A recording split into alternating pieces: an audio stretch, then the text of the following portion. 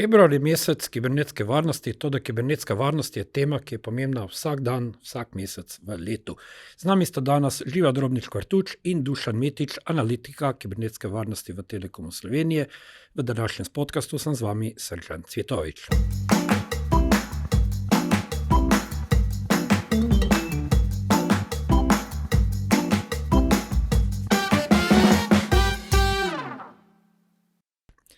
Živa, največkrat v medijih slišimo o kibernetskih napadih na podjetja, na kritično infrastrukturo, vendar tarča kibernetskega napada je pravzaprav lahko kdorkoli od nas. Ja, tako je. V bistvu največji izziv pri kibernetski varnosti so uporabniki sami, vsakodnevni uporabniki interneta, računalnikov, mobilnih telefonov, predvsem so tukaj recimo v ospredju kakšne prevare, phishingi, zlorabe gesel, tako da ja, vsak je lahko tarča kadarkoli, tako da moramo biti v bistvu ves čas zelo pozorni na to, kaj počnemo na spletu, kako uporabljamo svoje naprave. Pri tem moramo biti pač zelo previdni. Dušan, kje smo najbolj ranljivi? V spletnem brskalniku, odjemalcu elektronske pošte, v aplikacijah za komunikacijo, v vseh naštetih in še marsikje? Jaz bi se kar strinjal, da v vseh naštetih pa še marsikje. Največji problem je to, da vedno nove tehnologije prihajajo in se pač ne zavedamo včasih, kako se izpostavimo lahko preko kakšnih svežih novih aplikacij ali pa neke zadeve, ki prej nismo uporabljali, pa jo potem začnemo uporabljati, pa mogoče ne poznamo dovolj dobro platform, mogoče se nam zdi, da pač že oni sami po sebi skrbijo za varnost, pa se dostikrat v bistvu izkaže, da ta breme vedno nekako pade na nas, tudi če zaupamo velikim korporacijam ali pa kakšnim, res popularnim aplikacijam na telefonu, še ne pomeni, da naši podatki, ki so tam gor, ne morejo priti v roke nekim nepridipravom oziroma napadalcem. Tako da ja, ne izključuje se nobena tehnologija, kvečemu se pač tukaj znižuje raven varnosti, ko začnemo dodajati različne zadeve in uporabljati. Živa, spomnimo se, pred desetletji začeli se s pismi nigerijskih princev, takrat je to bilo zelo... No, še danes imamo vsa ta dediščine nigerijske prince, ampak težava je, da so nove oblike kibernetskih napadov vedno težje za prepoznati. Kaj lahko naredimo? Ene stvari so zelo očitne, za ene se pa treba majčkeno potruditi. Kaj pa tisti minimum, kar bi ga moral vsak recimo upoštevati, ko dobi, recimo, ko govorimo o nekem elektronskem sporočilu, da pazi, da ne bi padel kot žrtev? Ja, ne vem, recimo tako, kot ste omenjali, naprednejše mogoče ratuje tudi zaradi tele umetne inteligence. Sicer bom pa tako rekla, slovenščina vseeno je tudi tukaj težka za čisto jeta, da je slovnično pravilno. To na nek način varuje, ne? Ja, na nek način, recimo je tudi jezik ena prednost pri nas.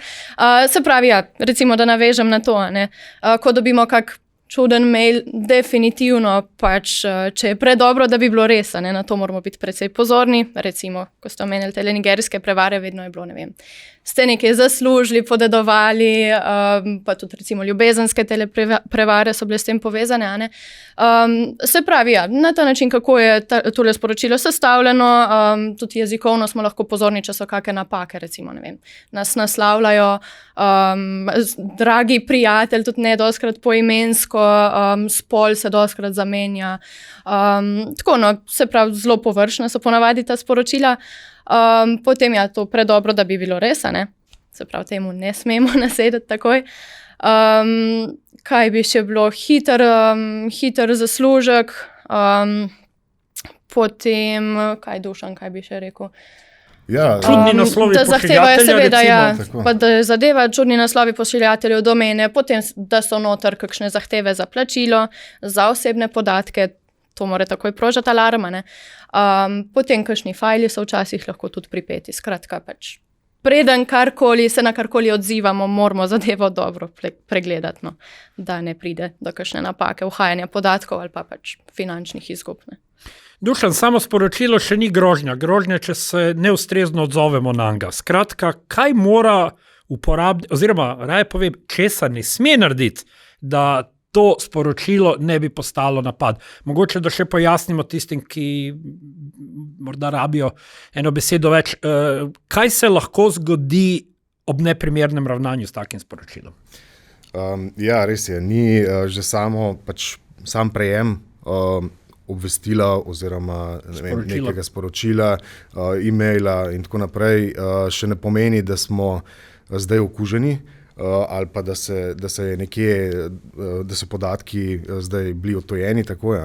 To so zelo, zelo redki primeri in to so pač sofisticirani načini, ko naprimer targetirajo določene predsednike in tako naprej. Verjetno navadni ljudje nismo toliko zanimivi, da bi se na tak način spravili. Tako, na tak način to je pač predrago, da bi se to, pa zakaj bi, če že deluje to, kar je v bistvu relativno poceni oziroma skoraj zastonj za napadalca, če pošle 50,000 sporočil, pa tudi če jih 500 nazaj odgovori, pa mogoče 3 plačajo, je to še vedno dober zaslužek za nekoga, sploh če ti napadalci izvirajo pogosto tudi iz držav, ki niso v Evropi, ki niso v Ameriki, pa pogosto kjer je pravni pregon neizvedljiv ali pa tako, se pravi, tudi vidimo to vsakodnevno, se soočamo s temi barierami, ko želiš nekaj dosežiti, mogoče blokirati neko stran, neko domeno, pa je pač ta gostuje na takem področju, da dejansko pač nimamo vpliva na to.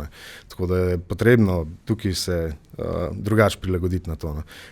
Česa ne smemo narediti, je slepo verjeti temu, kar je napisano noter. Pač preverimo, kdo nam to pošilja, dostikrat tudi tukaj zakrijejo, tako da na prvi pogled v bistvu deluje, kot da je iz legitimnega vira prispel, dostikrat tudi logotipe, formo nekako skopirajo in jo potem v bistvu prilagodijo sebi, tako da če pač to zjutraj ob 6, preden smo kavo spili, preverimo ta mail, pa mogoče po nesreči kliknemo na kakšno povezavo, zna biti tukaj zelo hitro kakšen problem. Ampak nič se ne zgodi samo od sebe. Računalniki so, kogarkoli kujemo v zvezde, so neumni. In računalniki ubogajo, ampak naredijo točno to, kar jim mi rečemo, da naj naredijo. Zdaj to je pač preko kode, preko tega, kogarkoli, preko gumbov in te zadeve so, pač nič se ne zgodi samo po sebi, vedno je tukaj potrebna neka akcija strani uporabnika, se pravi, mora ali prenesti nekaj, ali slediti kakšni povezavi, ali odgovoriti na sporočilo. To vemo pač, da te princi in polkovniki iz baz, ki so nam pač in odtujeni člani družine nekje na drugem koncu sveta in pravljice. Kot je Živa omenila, vedno je neka urgenca, vedno je tako, ali pošljajo vaš račun je blokiran, prosim, hitro zamenjajte geslo. Pač takrat se predlaga, da se ne sledi temu, ampak da se mogoče proba prek drugih virov se noter zlogirati v samo platformo in videti, je to res. Pristno platformo. Tako, v pristno platformo, seveda. Če nam zdaj Facebook, naprimer, kot primer, ali pa Google pošle neko sporočilo, kar je zelo redko, da bi nekaj zahtevali od nas, razen kadar pride do kakšnih večjih vdorov v njihove sisteme, pa potem obveščajo uporabnike, da naj zamenjajo gesla. Tudi to ni neka nenavadna stvar, vsaj zdaj v zadnjem času se je to povečalo, tako da to tudi se ampak nikoli ne bi šli menjavati gesla prek povezave v sporočilo, ampak bi se šli. Pa recimo slovenske banke, Združenje bank Slovenije, nenehno opozarja, da banke nikoli ne bodo pošiljale kakršnih koli zahtev, da bi kdorkoli razkril gesla. Res je. Nobena neka legitimna ustanova, sploh pa banke, ne bojo zahtevale, dajte nam povedati geslo, dajte se tukaj vpisati, kakorkoli, takih zadev ne pošiljajo. Ne pošiljajo povezav, lahko pa da pošljajo navodilo, prijavite se v elektronsko banko in tam naredite to pa to, ampak ne s povezavo v elektronskem sporočilu. S povezavo ne. So sicer finese, ampak velja opozoriti na nje. Tukaj je hitro, smo v tisti coni, čemu verjeti, čemu ne. Pač predlagamo, da se temeljito prebere sporočilo, ne glede na to, kako je prišlo do nas. Sploh, če naprimer tega produkta nismo uporabljali že nekaj časa, ali pa mogoče sploh nismo komitent te banke, pa nam ponujajo mogoče neko fantastično rešitev, to je takoj pač znak za alarm. Ne. Zdaj ni neki tukaj potrebe, da smo paranoični, še vedno je tukaj dost teh filtrov, ki jih v bistvu že odmečajo vsa ta zlonamerna sporočila že avtomatsko, a ne, tudi mi se vsakodnevno s tem srečujemo, ne, sploh v korporativnem okolju je to veliko bolj strogo, kot mogoče za čist nekako za klasične uporabnike, ampak ne glede na to, ne.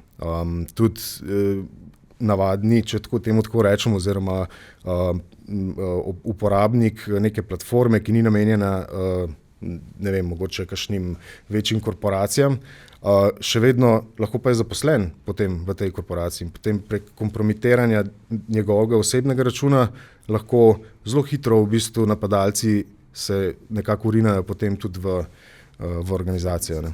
Tako. Torej, Živa, če se navežem, pa če sem mogoče malo krut, ne, pridemo nekako do tega, da pravzaprav vsak napad sproži uporabnik sam.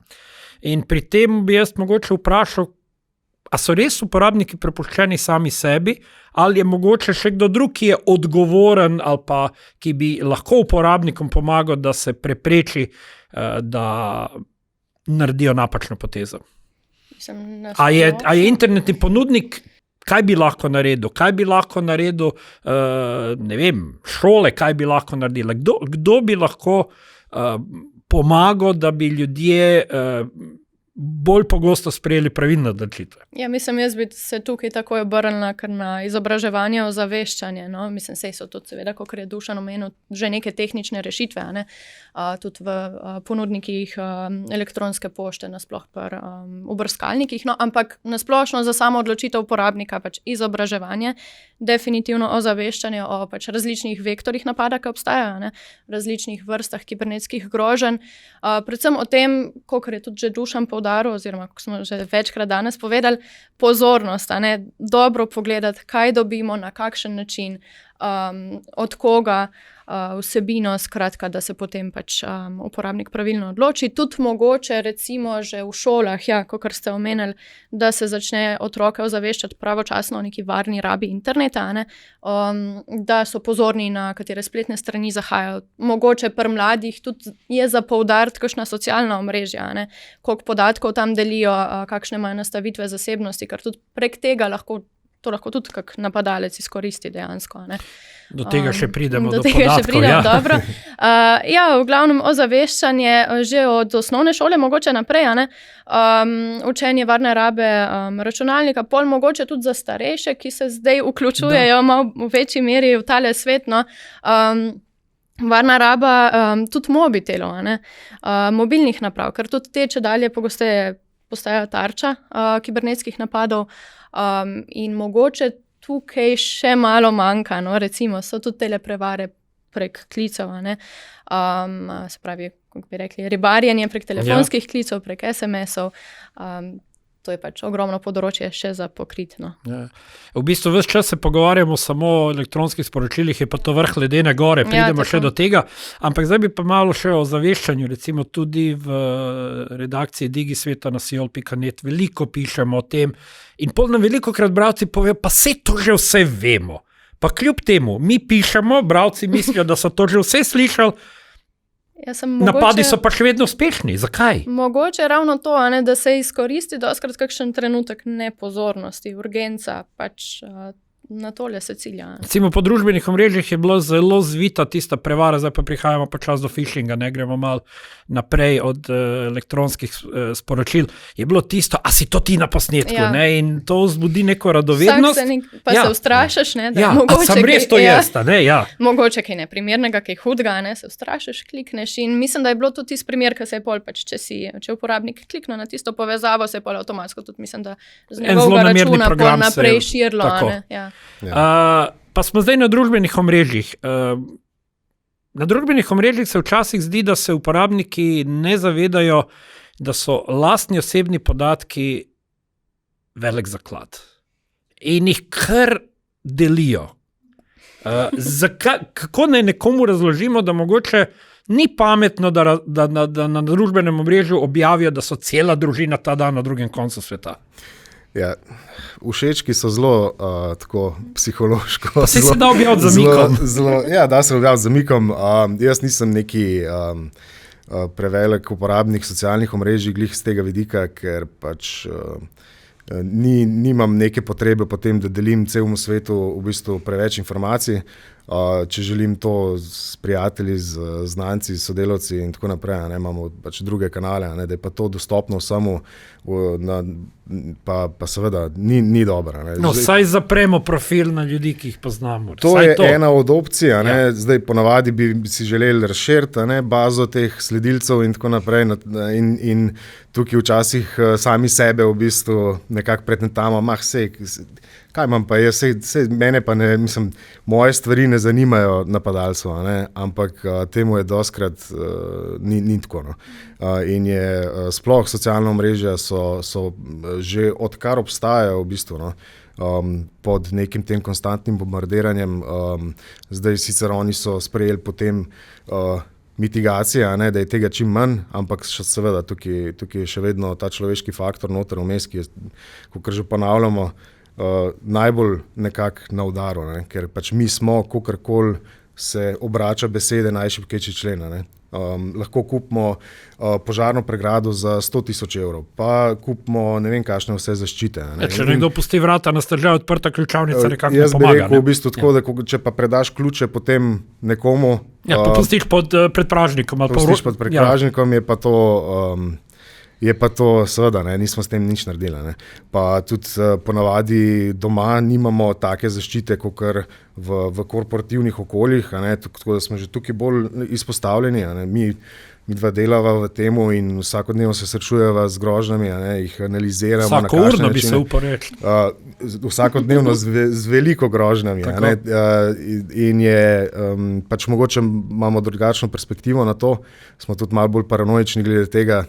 Mogoče za naše bralce, operativni center kibernetske varnosti, kjer sta vidva oba zaposlena, seveda zaradi varnosti ni nekaj, kar si lahko kdorkoli obišče. Tisti redki, ki smo to videli, pa smo se res lahko prepričali, da je kot vesoljski center, kjer so vse stvari in s protokoli urejene in kjer je budnost in kjer se točno ve, kaj se naredi, če se zgodi, kjer že vnaprej razmišljate, predne se grožnje zgodijo.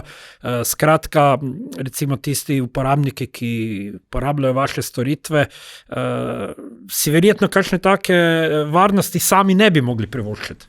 Mislim, da se na zelo preproste načine se da dvigati nivo varnosti na kar sprejemljiv nivo.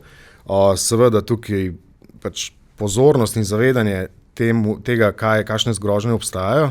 Seveda vsakodnevno pride ven neka nova različica, neka nova verzija, nek mal spremenjen način, kako se lotijo. Moramo se zavedati, da je zelo mala verjetnost, da se bojo direktno tarčno lotili posameznika, ampak bo to vedno nekako tapetno poslano ven, ne glede na to, kaj to so sporočila, ali so to direktna sporočila znotraj kakšne platforme, SMS sporočila, klici telefonski. Vse smo že prej je omenila, da sicer imamo srečo zato, ker nismo primarno angleško govoreči narod, tako da imamo mogoče s tem malo manj problemov.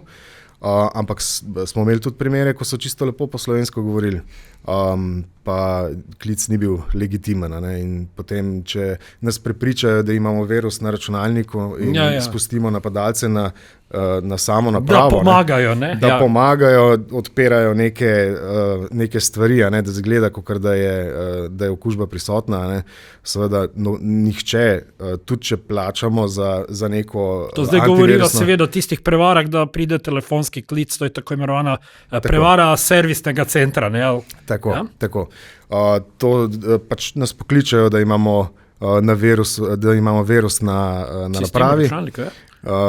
Potem nekako preko različnih načinov se želijo povezati na naš računalnik in s tem, ko se povežejo na to, dobijo popoln dostop do tega. Pogosto so tukaj tarče starejši, se pravi nad 60 let, ki mogoče niso tako tehnično pa tudi odraščali. niso toliko previdni, mogoče niso toliko, ne zavedajo se teh možnih razsežnosti napadov. Ne. Tudi, po moje, ena izmed težav je tukaj, da se jih tudi ne ozavešča o tem. Zdaj, zadnje čase se je tudi na tem področju, mislim, da kar konkretno spremenil, ampak vsak lahko pogleda, naprimer, že v svoji družini, in točno vidi, kdo bi bil lahka tarča, kdo bi mogoče bolj skeptično gledal na to, ampak seveda vemo, da starejši niso s to tehnologijo odraščali, in so vse te stvari nove, bojijo se vseh stvari. V bistvu se še težje navadijo kot mladina. Seveda, težje se navadijo. Ki živijo v tem okolju. Tako, in isti problem je z zelo mladimi, se pravi z našimi otroci, z najstniki, tudi študentje so zelo na udaru, vemo, da tudi so bili vdori v univerze prav preko teh nekih kanalov, in je tukaj, tako da ni neke v bistvu starostne skupine, ki bi bila pa mogoče bolj varna pred tem.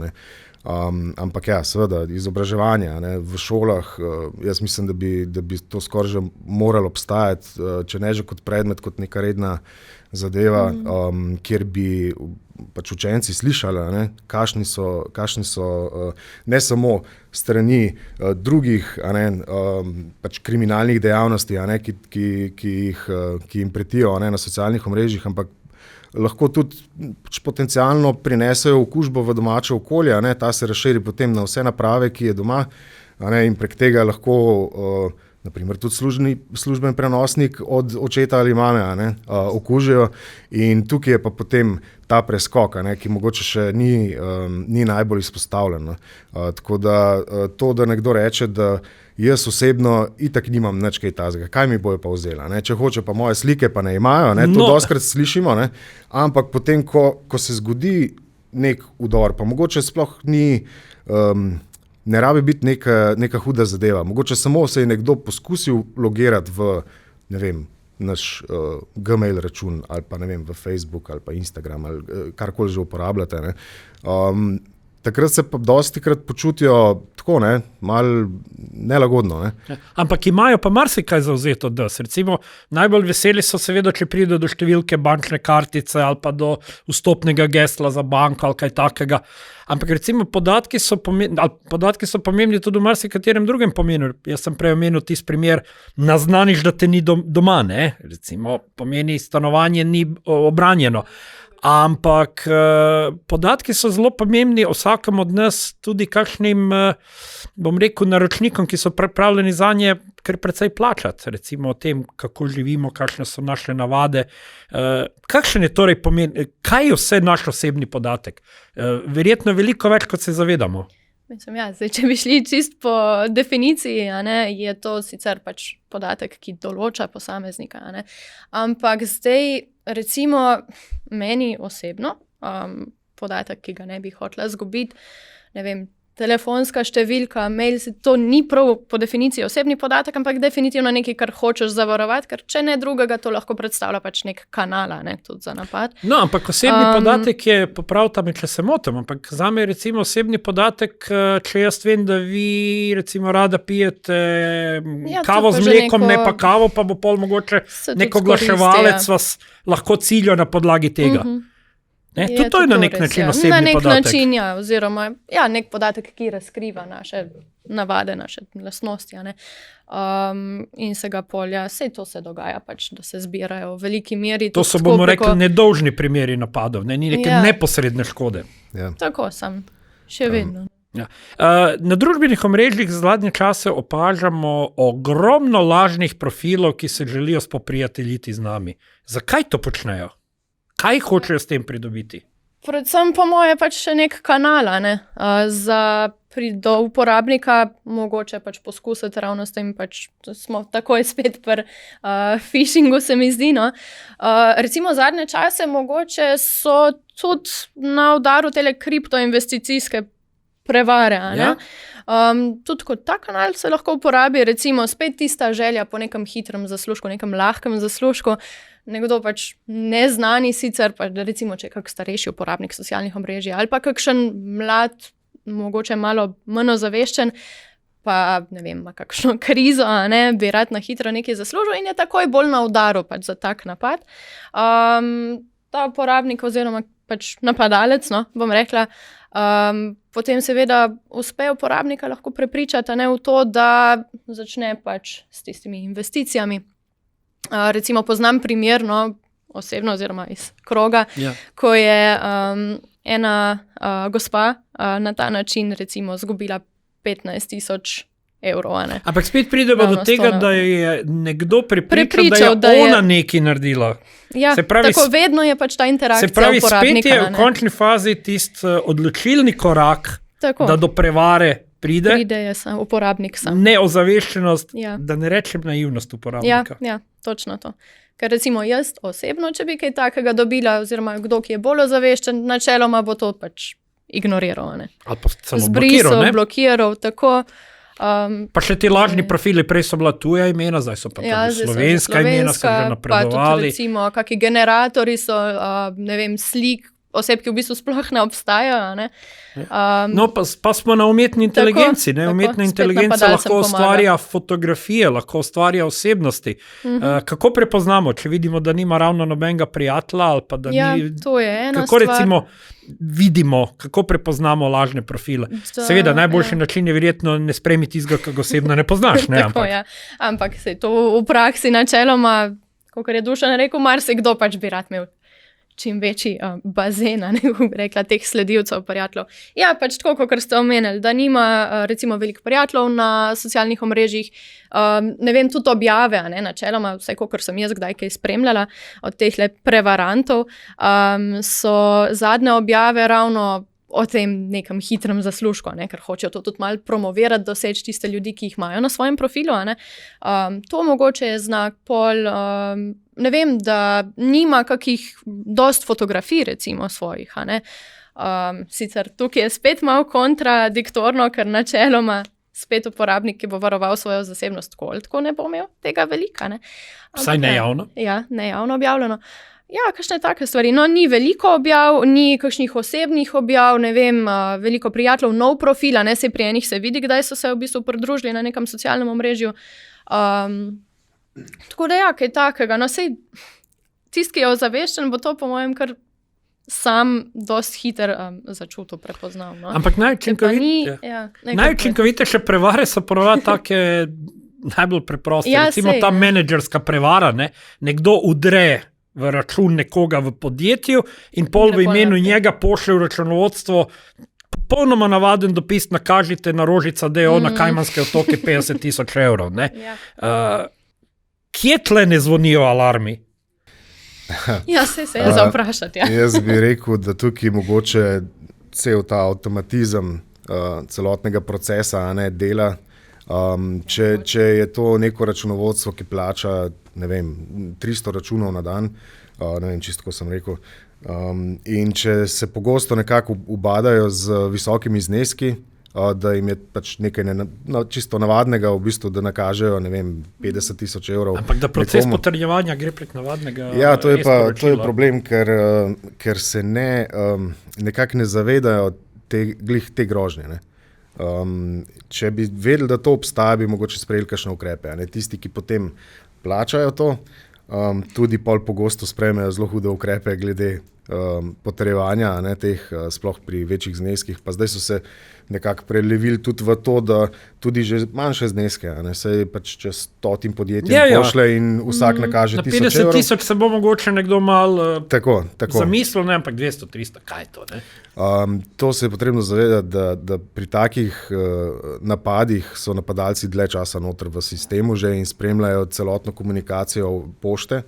Se potem tudi lažje približajo. No to, v bistvu, tako. In mogoče pa en mesec prej pošljajo, zamenjali smo naš tekoči račun, prosim zdaj nakazujte na to, počakajo 15 dni, nakažejo, potem pa pogosto čez kakšen mesec šele tisti dobavitelj sporoči, prosim, če nakažete, ker že zamujate s plačilom in potem deluje dokaj pristno. Deluje pristno in potem, ko grejo preverjati, se smo nakazali, se smo plačali, kaj? Pa, ko grejo preverjati, pogosto je tukaj že... Spet je tukaj problem, ker je šele kurativa, ne? Mogoče ni dovolj dela na preventivi tukaj. Ja. Res je, ja. Potem, ko pač kličemo banke, ne ustavijo nakazilo, je ponovadi že prepozno. Ja. Tako da...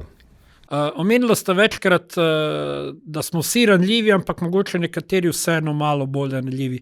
Recimo, eden najbolj nagnusnih primerov kibernetskih napadov je recimo, ko kdo nagovarja otroke, da naredijo določeno dejanje. Potem se pa tle vedno zastavlja neko vprašanje, koliko je tista prava mera, kolikor se starši morajo vpletati v digitalno življenje svojih otrok. Pa to je kar za oba vprašanja. Jaz mislim, da je tukaj kar taka zelo kočljiva tema. Ravno zato smo rekli, da bi bilo dobro, da se izobražuje oboje, se pravi in starše in otroke, se pravi, da bi otroci že v šoli slišali, ne, da so grožnje take in drugačne, kot ste omenili. Ne. Ene hujše, ene bolj nedolžne, ampak tukaj pač je potrebno zaščititi naše otroke.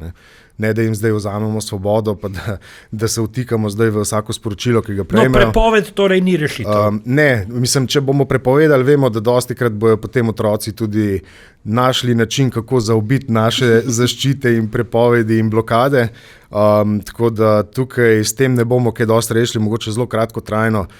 Glavno je to, da jih ozavestimo, zakaj. Imam izkušnje v državah, kjer so internet je blokiran, filtriran, ja. So že prednajstniški otroci strokovnjaki za navidezna omrežja, ne, za VPN, da lepo pridejo čez. Tako. Da se jih pač seveda, ne, da se otroke vedno z nekim lepim pristopom ne, pove, da to ni zato, ker bi ne vem, mami ali pa oči želela tukaj zdaj nadzirati, s katero punco se nekdo pogovarja ali pa tako, ne, ampak da je zato, da vidijo, mogoče mi lažje prepoznamo, ne, ker smo seveda starejši, imamo več izkušenj, prepoznamo mogoče kakšne take sumljive interakcije, ne, sploh, da ne govorimo tudi preko videoigrc, ne. Najprej so videli, da se nekako to nadzira, ne, da imajo starši vsaj nad socialnimi omrežji nadzor, potem so se predstavili pa na te popularne igrice, ki jih igrajo, ne vem, 7, 8, 10-letniki in se tam začnejo pogovarjati, skupaj igrajo, ne, navežejo nek stik, ne, in to je zelo nevarno. Ne. Potem pa ja, kaj pa če bi se midva dobila nekje v, ne vem, ne. Pomembno je vedeti, da na družbenih omrežjih marsikdaj sploh ne vemo, ali je oseba, ki jo imamo na drugi strani, oseba, za katero se predstavlja. Ne? Pol so pa ukradeni profili, recimo tudi, ne vem, znana neka oseba ali pa nek naš prijatelj, pa mislimo, da je to ona ali on, pa ni, ne? Kako pa to razkrinkamo? Zdaj, mislim, ne vem. Kako prepoznamo ukradeni profil, na primer? Mislim, zdaj, če je to neka oseba, s katero si ti prej bil v stiku, načeloma se vidi že sprememba v komunikaciji lahko, ne? Tako da to mogoče je prva stvar, na katero smo pozorni. Da se spremenijo navade njegove na socialnih omrežjih. Ne vem, če prej ni nič objavljal, da kar naenkrat začnejo slediti pač neke, ne vem, par objav na dana. Ne. To mogoče, da pač vidiš tisto odstopanje od tega, kaj se je prej dogajalo, pa če se dejansko obnašanje na spletu, na tem socialnem omrežju, ki je spremenino. In komunikacija, pogovor, načina, ne. Tako bi rekla, no. Pa zdaj, če se malo vrnemo nazaj, ne, rekli smo, da je eno tako ozko grlo, kjer napadalcem uspe prideti to, da jim v bistvu sami zaupamo nek podatek. To je ta phishing, to je to ribarjenje za podatkov, ko gremo na neko lažno spletno stran, pa vpišemo ta prave podatke na napačnem mestu. Ampak velikokrat je občutljivo mesto so gesla. Analize kažejo, da uporabniki še vedno uporabljajo neustrezna gesla. Ogromno jih ima 1, 2, 3, 4 za geslo, pa take stvari. To je prvo, kar bo nekdo poskusil, pa 4 ničla, kaj takega. Zakaj se ljudje ne zavedajo pomena dobrih gesel? Kaj je v bistvu dobro geslo? In če smo že toliko razvajeni in leni, da imamo dolgo zapleteno geslo, zakaj se ne uporabljajo kakšni drugi načini, biometrika, kaj podobnega? Se nekako, trend se tukaj odmika od gesel. Gesla so že nekaj časa, v bistvu se smatrajo kot zastarelo tehnologijo. Vemo, da na telefonu lahko z obrazom, z prstnim odtisom odklepamo, plačujemo. To je ena bolj varna zadeva. Ali pa vsaj dvofaktorski dostop, Ja. ne? Dvofaktorski dostop je tudi spodbuja. ena izmed teh, ki v bistvu dodatnih slojev zaščite, ki je skoraj nujno potreben v današnjem času. Enkratna gesla, ne? Generatorji gesel. Tako. Zdaj spet tukaj smo predali problem potem na generator, na autentikator, na dvofaktorsko autentikacijo ali pa multifaktorsko autentikacijo. Ne. Vedno je tukaj tisto, ne, nekaj imam, nekaj poznam, in so tukaj potem še dodatni faktorji dodani. Ne. Tako da to je, se pravi, geslo vem, imam telefon, kjer lahko potrdim, pa mogoče imam še neko dodatno zadevo, kot naprimer telefonsko številko, prejemno še SMS, da sem se prijavil v nek Pa sistem. prepoznava obraza, ne? Ko se tudi Tako. uporabi autentikatorja, recimo, doskrat moraš ti potem še. Moraš v bistvu še to biometriko zraven dodati, ker so tudi že napadi na te autentikatorje se zgodili. Ja. In tukaj se pač konstantno nekako prilagaja glede na to, da se to zaščiti. Zdaj popolne zaščite ni. Ne? Tako da, Ampak si pa povečamo verjetnost, da do neke škode ne bi prišlo. seveda, če vzamemo naprimer, ne vem, primer LinkedIn, se pravi poslovno socialno omrežje, kjer vsi objavljamo svoje Dosežke, ja. dosežke, kje smo se zaposlili, in tako naprej. Je pred časom, mislim, da pred letom in pol, da so imeli en pač hud kibernetski vdor. Vsi te podatki so šli na temni splet, in tam pač, če nekdo ima geslo in naš mail, pa potem grejo gledati še mogoče za 2 leti nazaj, pa reče, mogoče pa še ta podjetje je tudi imel in tukaj se je tudi naš email noter znajdel. To so baze, ki so dostopne prosto vsem. Mogoče so malo težje za najdeti, zato ker jih ne moramo glih v Google noter upisati. Obstajajo določeni portali, kjer lahko preverimo za svoj email naslov, ali je bil v in pač našteje točno baze, v Tudi katerih mi pišemo o tem, ja. tako, res je, kjer se lahko enostavno preveri, in potem, če napadalec vidi, da je pač geslo bil Rožica 1, pa potem eno leto kasneje Rožica 1-2, pa potem... Pa bo je Rožica Tako 1, 2, 3, naprej, ne? ja. Tako, in tako, zato se to konstantno ponavlja. Se vem, vsi imamo Ne da se sem, nam. da, Ja. da se je treba, vedno si je potrebno neko novo geslo zmisliti, ki si ga težko zapomnimo, potem se zatipkamo, se ne moramo prijaviti noter. To so tisti izzivi, in točno vejo napadalci, da nas to nekako odriva stran od tega, da bi si kompleksne gesla nastavljali. Živa, kaj je dobro geslo? Ja, definitivno mora biti zadosti dolgo, zdaj Kaj je to? priporoča se recimo tam 12 do 16 znakov, sicer Pa težko si boste mogoče rekli, to da na zmisliti. svojem ampak- osebnem e-mailu imate 12. Ja, dejansko. Imate? Tudi vi, Dušan? Ja. Ja, še Jaz več. imam, Ne, konkretno dolgo gesto. Ja.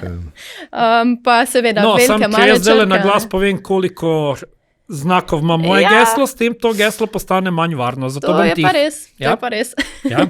Se pravi, velike, male črke, nekakšne številke, simbole.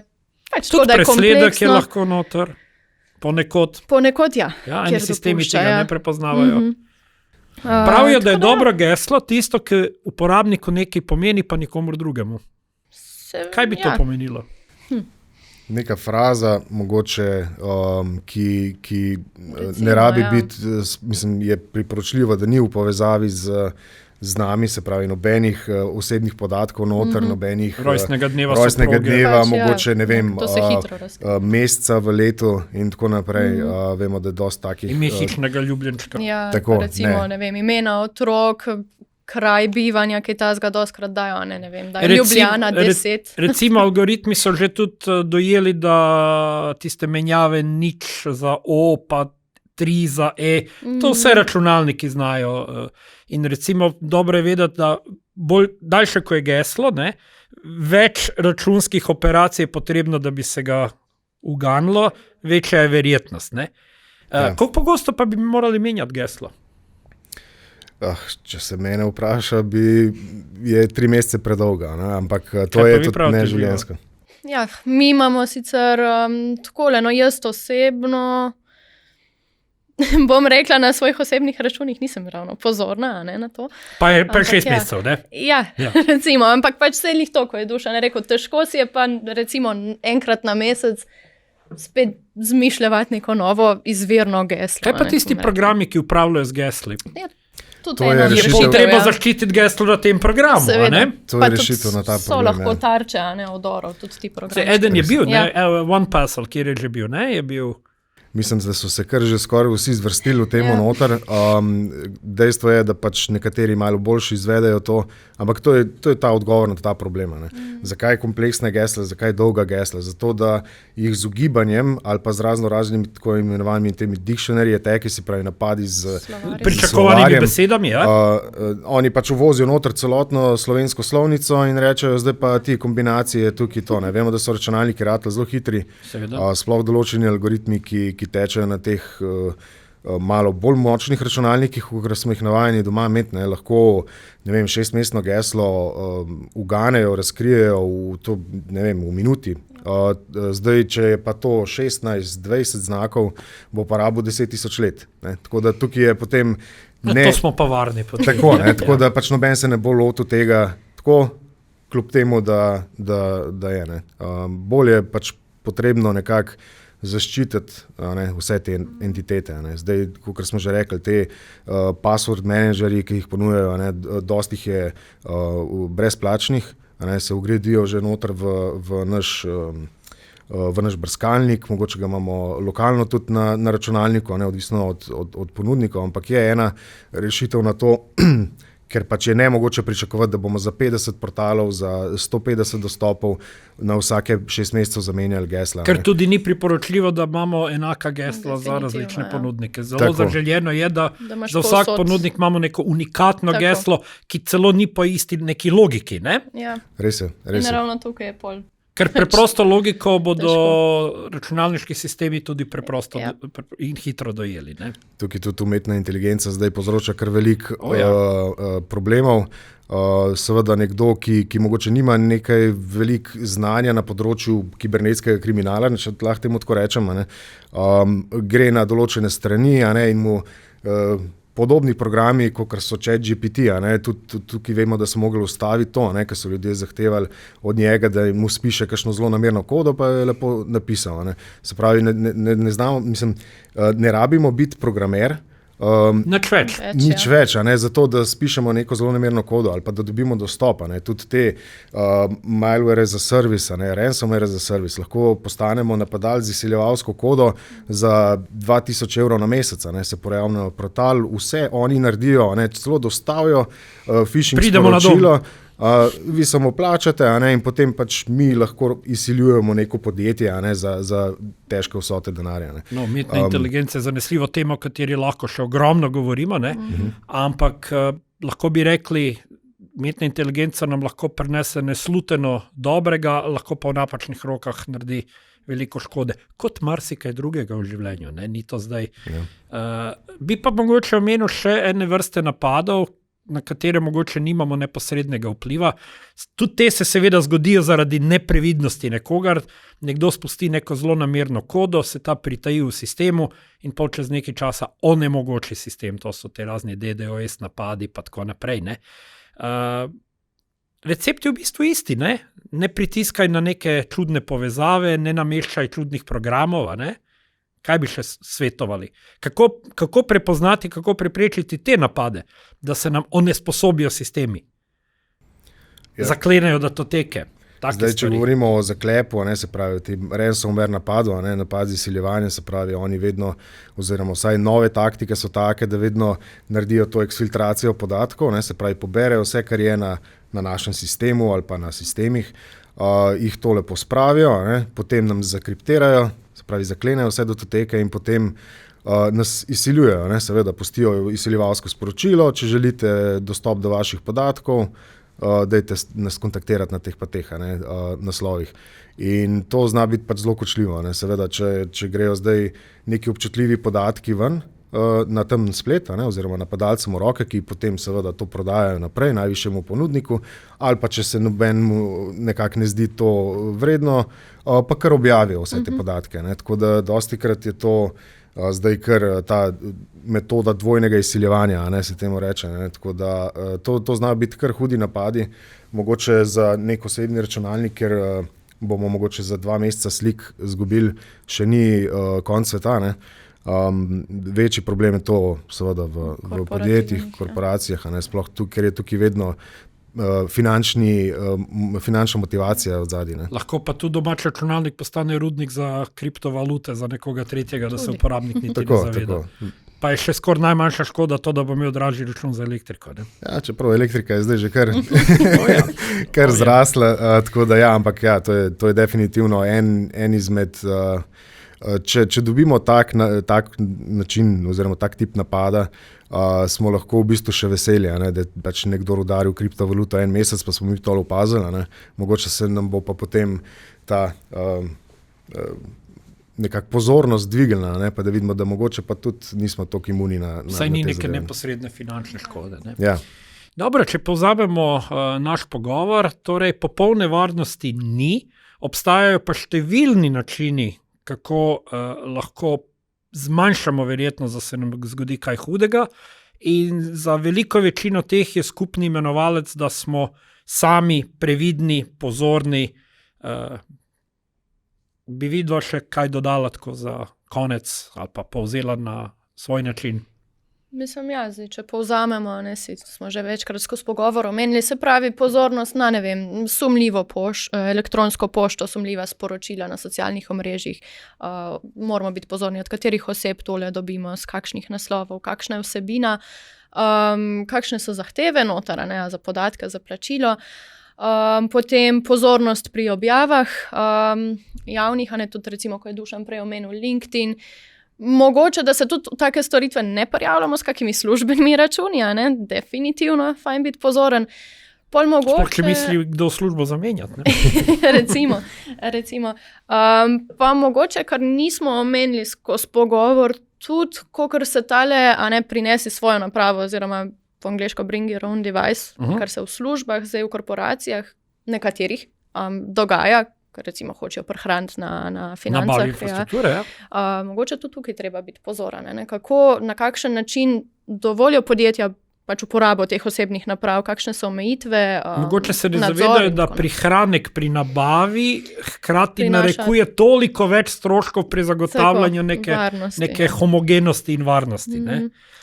Torej, če prav razumemo, vi niste za bring your own device? Niti ne.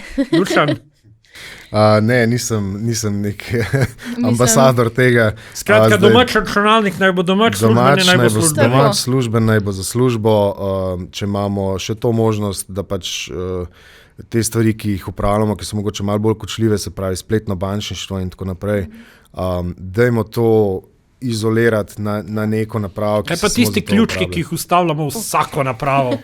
Jaz sem mislil, da v letu 2024 ne bomo imeli več problemov z raznimi USB ključki, ampak se izkaže dostkrat, da je to zelo velik problem. Sploh, ker pač uporabnik ne ve, da je ključek okužen. Doma na domači napravi mogoče, prenese slike iz dopusta, ki jih hoče pokazati sodelavcem. Prinese to v službo, vtakne USB ključ noter v napravo. Marsikatero podjetje ne dopušča sploh, ne? Res je. To bi pač, vemo, da mogoče kakšna podjetja imajo tako specifiko dela, da ne morejo opustiti teh prenosnih medijev. Ampak vseeno, pozornost pri tem, sploh pač, da vidimo ne samo to, da bi po nesreči karkoli mi ven iz službe odnesli domov, pa bi potem tam kaj, ampak tudi obratno. Ker tukaj potem pač en USB ključek zaobide vse varnostne mehanizme, ki smo jih mi postavili, vse požarne prograde, vse analitike, ki spremljajo mrežni promet. In če se ne opazi, se hitro pač razširi. Tako, in zdaj potem tukaj potem smo zmanjšali to zaščito samo na, če obstaja seveda antivirusna zaščita, ki prepozna neko to zelo namerno kodo pred zagonom. Dostkrat se pa pač izkaže, da tudi če se neka grožnja zazna, še ne pomeni, da pa naši podatki, naprimer, sploh to je zdaj zelo v porastu, kar se tiče končnih uporabnikov, oziroma teh zasebnih uporabnikov, da so utajeni vsi podatki. In to je, govorimo o sekundah. Se pravi, zažene neko zadevo, nič se ne zgodi, ok, ne dela, zapremo. Podatki so pa že. Podatki so pa že objavljeni na temnem spletu, lepo se prodajajo v paketkih za 5-10 evrov, noter so lahko razni dostopi do bank in tako naprej. Tukaj je seveda pač še vedno, če veš, da ima nekdo, se je objavil na Facebooku, da je kupil novo jahto, pa so šli zdaj, ne vem, na križarjenje po Bermudih. Prvo to vemo, da ne bo pozoren na razne zadeve, če bomo zdaj mi probavali kot napadalec. Drugo pa seveda, vemo, da mogoče na računu nima, ne vem, mehen znesek. In zdaj, če imamo vse dostope, je to se da hitro zadeva. Poglejmo še, zaščito smo omenili. Eni pravijo, se imam antivirus, ne more se mi nič zgoditi. Nekdo drug reče, se imam požarno pregrado, ne more se mi nič zgoditi. Potem pa recimo eni mogoče ne ločijo, obstajajo zaščite na ravni posamezne naprave, recimo daš antivirusni program na eno napravo, ampak varuješ samo eno napravo, ni pa varovan televizor, ni pa varovana, ne vem, pametna vtičnica, ni varovana ne vem kaj, So pa pol recimo varovanja na podlagi celotnega internetnega priključka. Ali je to dovolj? Boljše je seveda kot pač na sami napravi, ker je več možnih vektorjev v bistvu zavarovanih, oziroma poti. Ja. Mislim, če je opcija, da se nekako na vstopni točki na interneta zadeva zavaruje, potem so vse naprave, ki so v tej verigi, potem posledično bolj varne. Razen, če pride s ključkom. Če pa pride nekdo s ključkom, tukaj pa še seveda, to je, vedno je tukaj nek človeški faktor noter. Pridemo do tega, da je vedno na začetku in na koncu je uporabnik. Tako. Torej, uporabniki čim bolj previdno, čim bolj pozorno in s tem bo verjetnost, da postanemo žrtev veliko manjša. Še čisto za konec, verjetno, ko je kdo videl ta vajin podpis tukaj zadaj, kar ga vidimo, pa vidi analitik kibernetske varnosti. Kaj je to? Kako poteka značilen dan analitika kibernetske varnosti? In morda, da še tole vprašam, marsikdo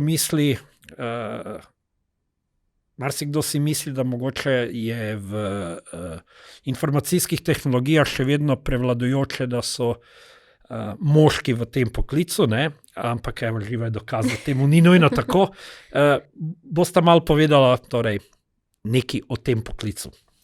Jaz pa Dušan sicer počnevamo različne stvari, ampak s skupnim namenom, da tako rečem. Ja? Zdaj, jaz recimo sem čisto na tem prvem nivoju, bom rekla, v bistvu mi spremljamo, ves čas 24 ur na dan, 7 dni v letu, praktično, dogajanje na informacijskih sistemih različnih organizacij, v bistvu, in se na zaznane potencialne kibernetske grožnje, ni nujno, da je seveda vsak dogodek, vsak alarm, tako je avtomatsko grožnja, ampak mi se na to odzovemo, pregledamo dogodke iz teh dnevniških zapisov, uporabnike, recimo, smo pozorni, če gre za kakšne skrbniške račune, v skladu administratorske, ja. In zdaj... Nekateri ne uporabljajo tega pojma skrbniški, ki je bolj pravilen, nisem vas popravila. Ne, je pravilno. Skrbniško je pravilno. Je pa seveda bolj znano mogoče administrator, admin račun. Ja. Tako je, admin. V bistvu pa reagiramo v skladu s postopki, ki, kot ste že omenili na začetku, imamo zelo dobro dorečene, določene, glede na ugotovljeno z našega vidika stopno nujnosti tistega primera. Zdaj, ne vem, lahko so to zgolj neki poskusi prijav z napačnimi pozabljenimi gesli, lahko pa pride kdaj do kakšne hujše okužbe. Včasih zakonit uporabnik 10-krat proba, ker je malo pozabil geslo. Recimo. Tako da to pol ni neka huda kriza, huda grožnja. Pride pa tudi kompleksnejši primeri, tukaj pa mogoče pol Dušan pride na vrsto, malo bolj, če se kaj takega zazna.